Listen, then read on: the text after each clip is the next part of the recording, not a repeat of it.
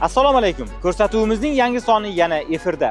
Yodingizda bo'lsa, o'tgan gal kasaba uyushmalarining maqsadiga atroflicha to'xtalgan edik. Bu safar kasaba uyushmalarining mehnat munosabatlari jarayonidagi ishtirokiga doir fikrlar bilan o'rtoqlashamiz.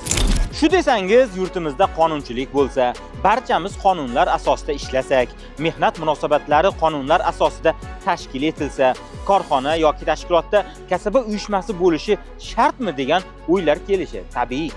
To'g'ri hamda, axir ish beruvchining topshirig'i tayin, ishchi esa o'z ishini bilib qilayotgan bo'lsa, shunday emasmi? Balki siz ham shunday fikrdadirsiz. Biroq ko'rsatuvlarimiz vositasida sohani chuqurroq o'rganib borsangiz, kasaba uyushmalari har bir idora, korxona va tashkilotda faoliyat yuritgani maqsadga muvofiq bo'lar ekan degan to'xtamga kelishingiz tayin. Bu sizga tralleval emas. Avvalo qayd etish kerak, fuqarolarning kasaba uyushmalariga birlashish huquqi konstitutsiyamizda belgilangan. Real hayotda esa har doim ham xodimlarning huquqiga rioya qilish qonunlarini bilish bilan bo'lavermasligini ta'kidlash shart emas. Vaholanki, aholining tom ma'noda huquqiy madaniyat darajasi ularning qonunlarni qanchalik bilishi, ulardan xabardor bo'lishi bilan chegaralanmaydi.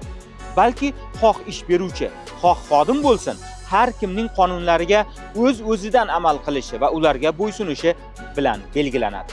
Xususan, ishchi xodim xavfli ishda ishlayotgan chog'ida mavjud va talab qilingan himoya kiyimlarini kiymagani uchun biror kor holga duch kelsa, javobgarlik ko'proq uning zimmasida bo'ladi. Aksincha, himoya vositalari bilan ish beruvchi ta'minlamasa, u javobgar bo'ladi. Ta'kidlash kerak, aslida ikki holatda ishchi nazorat bo'lmasa ham xavfsizlik qoidalariga rioya etishi kerak edi. Xuddi shu vaziyatda ish jarayoniga kasaba uyushmasi aralashadi va xavfsizlik choralari ko'rilishini ta'minlashga erishadi. 1 minutga. Iltimos, sekinroq gapirsangiz, yozib olay. Keling bir onga mehnat jamoasini katta bir oila deb faraz qilsak.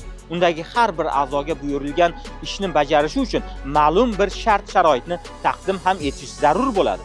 Soddaroq aytganda, farzandingiz qo'liga o'roq berib, o'tin tayyorlashni buyura olmaysiz. Agar u o'roq bilan o'tin tayyorlamagani uchun sizdan tanbeh eshitsa, oiladagi kasaba uyushmasi sifatida ona bahsga qo'shiladi va farzandingizga bolta bermaganingiz uchun sizning o'zingizni koyishi mumkin va bunda u haq bo'ladi. Chunki siz o'tin tayyorlash uchun mos ish quroli bermadingiz, ya'ni munosib ish sharoiti yaratmadingiz. Kim bu? Gazetchi bo'lsa kerak. Gazetchi.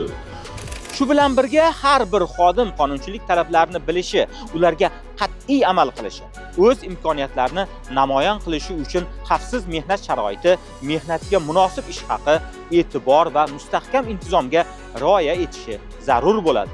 Aks holda ish muhiti a'lo bo'lishidan xomtama bo'lmang.